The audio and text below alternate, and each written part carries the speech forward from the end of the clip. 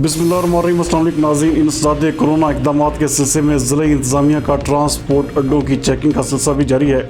हमारे divisional bureau chief मियां एजाज असलम के मुताबिक डिप्टी कमिश्नर फैसलाबाद मोहम्मद अली की खुसूसी हिदायत पर जनरल असस्टेंट रेवेन्यू मलिक राशिद ने सिटी टर्मینل का अचानक दौरा किया और इंसदाद कोरोना इक़दामात और पब्लिक ट्रांसपोर्ट में हुकूमती हिदायत पर अमल दरामद को चेक करते हुए SOPs की खिलाफ वर्जी की पादाश में 2 गाड़ियों को बंद कर दिया।